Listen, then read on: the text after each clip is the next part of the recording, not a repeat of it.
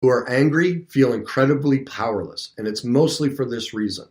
They have done things to try and get something from somebody else, and it didn't work, and now they're resentful. A very simple test. If you ever do something for somebody else and you feel resentment or anger that they didn't give it back to you, then you never should have done it in the first place. That's not unconditional. You've placed a condition on it. And so you've said yes to something that went against your morals and values. You gave yourself away. The most powerful, loving thing you can ever say to anyone is no. Because think of that. You're resentful. You're right in front of their face. You hate this person because they're not giving you anything back. Why was it kind to do it for them in the first place? It never was. You've created your own resentment. Again, we're not bad people. We just haven't been taught about any of this stuff. So what I realized especially in politics, like I said 9 years ago, with the Republicans all pissed off at Democrats and Obama winning, they felt incredibly powerless. So here's what I picture whenever someone's yelling at me is, one, they're in anger. So I know they're in fear. They're fearing rejection, inadequacy, and powerlessness. What I literally picture is a 2, 4, 6, 8, 10-year-old in the corner, huddled up, screaming and yelling at me. I ignore their actual words. And these are the words I hear coming out of them. What I hear is, don't you dare reject me. And please don't find out how powerless and inadequate I feel right now. Actually, let me say it different. Please don't find out how inadequate and powerless I feel right now. And by God, don't you dare reject me. That's what's happening when you see somebody yelling, when you see all this political discourse. Both sides are screaming at the other one. Please, please don't find out how inadequate I feel right now, how powerless I feel right now, and by God, don't you dare reject me. Now, if you pictured a child huddled in the corner screaming that at you, would you yell back? Would you? No. What you realize is right now it's the Democrats' turn. The Republicans were the child huddled in the corner 9 years ago. Now it's the Democrats huddled in the corner. They're screaming, they're hurt. They're scared to death. They're in massive, massive fear. They feel utterly rejected. They feel completely inadequate, and they feel completely powerless to do anything about it.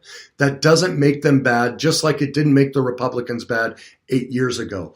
Both sides are hurting equally. Neither side is better than the other or worse.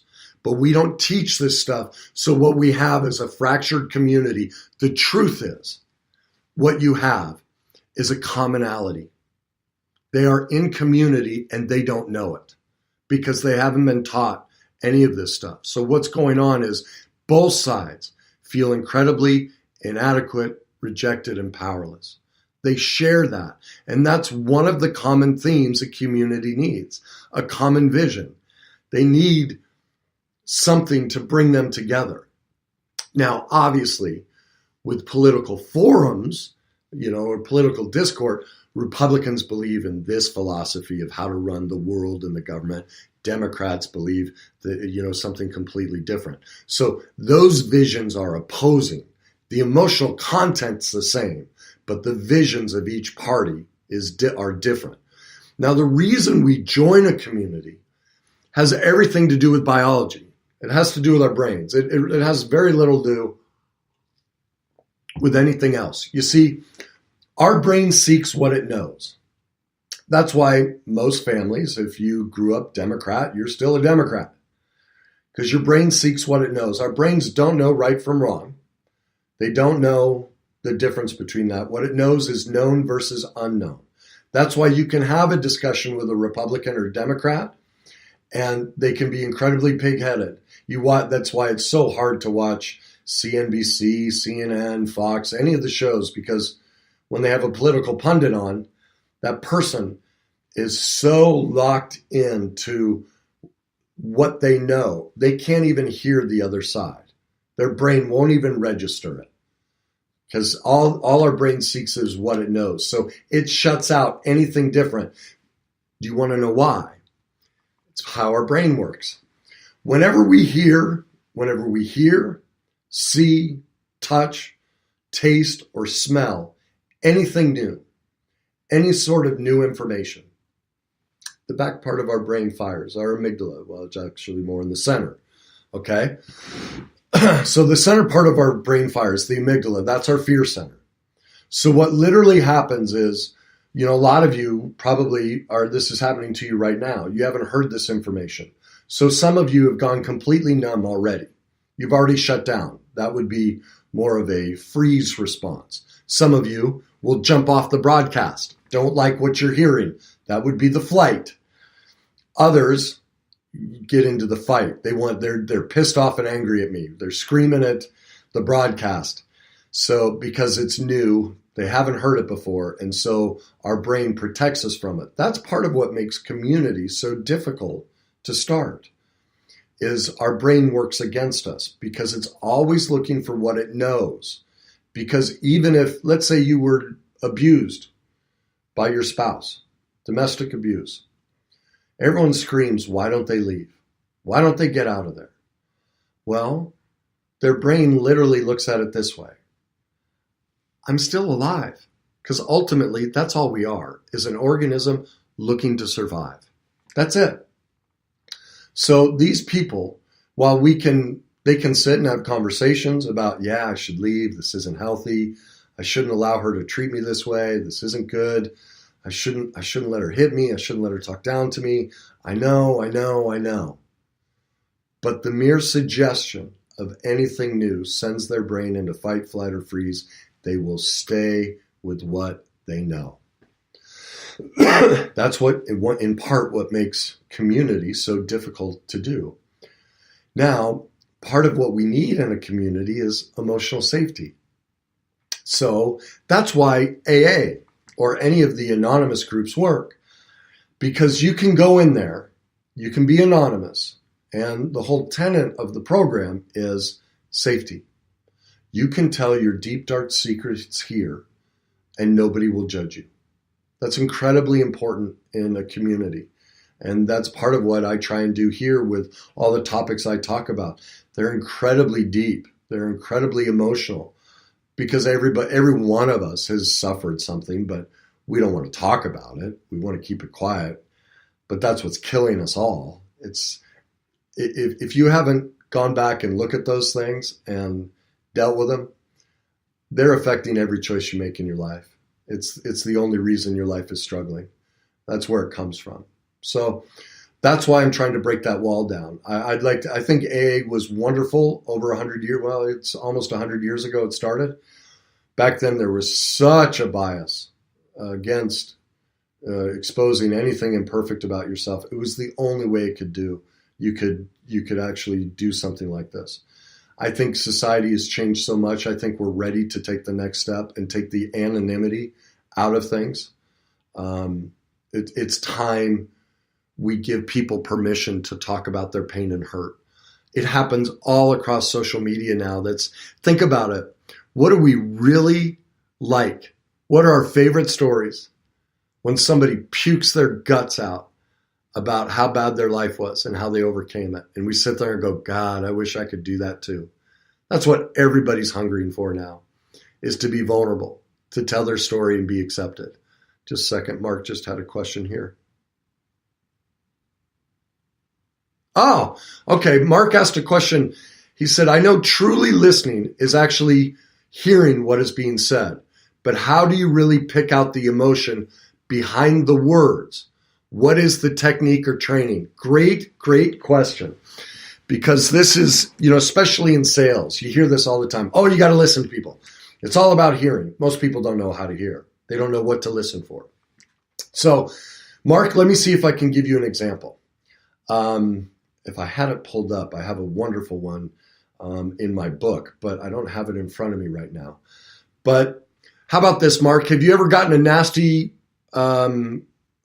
text message? Mark, if you've ever gotten a nasty text message, why don't you send it to me? No one else can see it. Send me just a couple sentences of a text message or an email or something, if you can find something online where somebody said something slanderous, and I can walk you through how to discern fact from emotion. If you can't, I'll pick one up. So the first thing to realize is, well, let me see if I can real quick come up with one. How about this? You know, honey, when you came home late last night after work and you walked in the door and you threw your clothes on the ground and you left your shoes in the kitchen and then you went and got something to eat and you left a mess in the sink, you're such a slob. You're such an inconsiderate person for doing that, for making me, when I wake up in the morning, having to clean up after you. Okay? There's an example, all right, of something like that. So here's how you would listen to that. First of all, what's fact? Did I come home late from work? Yes. Did I dump my clothes on the kitchen floor and my shoes? Yes. Did I get something to eat and leave a mess in the sink? Yes. Did I leave it until the next morning? Yes. Now, so that's all fact. There's nothing to argue with, right? Your spouse or girlfriend says something like that. You go, yeah, that's true. I did that. You're right. Now, here's the part to listen for, the emotional content. I can't remember the words I use, but you're such a jerk. You're so selfish and inconsiderate. Those are judgments. Those are the emotional words. When you hear your spouse or partner or business associate using those words, that's when you go, oh my God, this person feels inconsiderate. This person feels selfish. They're talking about themselves. And here's why. Because this isn't the first time you've dumped your stuff and been inconsiderate. The truth is this, your spouse, let's call it your spouse, has known this for years. She knows that you come in and you are a tornado when you walk in the door. The problem is she hasn't accepted in herself that she picked you. She picked you precisely because you leave a tornado through the house. That's why she did it. See, she's being inconsiderate because she's known this about you all your life, or well, all the time you've been together. And she's inconsiderate of the fact that that's how you like to live your life. She's selfish in that she wants to change something that you have shown her from day one is who you are. That's how you discern the truth and how when somebody is talking about themselves. Okay? Now, there's one little hitch in there. If, let's say, you didn't get something to eat and you didn't leave something in the sink and they did. That's called a reality argument, okay? In other words, their reality, it's like, do you see this, Mark? That's Coke, right? Don't you see Coke? Now it's a glass of water, but that's a reality argument. I see Coke, you see water. All right, well, you can't argue that. Then the question becomes, wow, that's fascinating. So that's Coke to you. Really, you see a red label with white writing, and when you taste it, it tastes really sugary? God, because when I see that and I taste that, all I taste is water. That's fascinating. Tell me more. You see this all over social media, in business, everywhere. People getting in reality arguments, fighting over things they just see differently. It's a complete waste of time. Again, you have two 6-year-olds in the corner screaming at the other one. Here's why they argue. Because they feel rejected, inadequate, and powerless. They want the other person to validate them. They can't get it, and so they scream and yell and point the finger. There, I hope that helps you, Mark. That gives you a little bit. Denise, it says, this is your first time watching. Thanks for watching. You said you want to make a few comments. Please chime in. I'd love to hear them. If you're still watching. But many of... Okay, Mark's still making a comment, not a question. If you have, Denise, if you have another question, or Mark, you have a question, another one, by all means, send them in. So that's the difference between the emotional content and the truth. And that's how you can really listen to somebody, is listen for One, what's the reality? Did that happen? Is there truth? You separate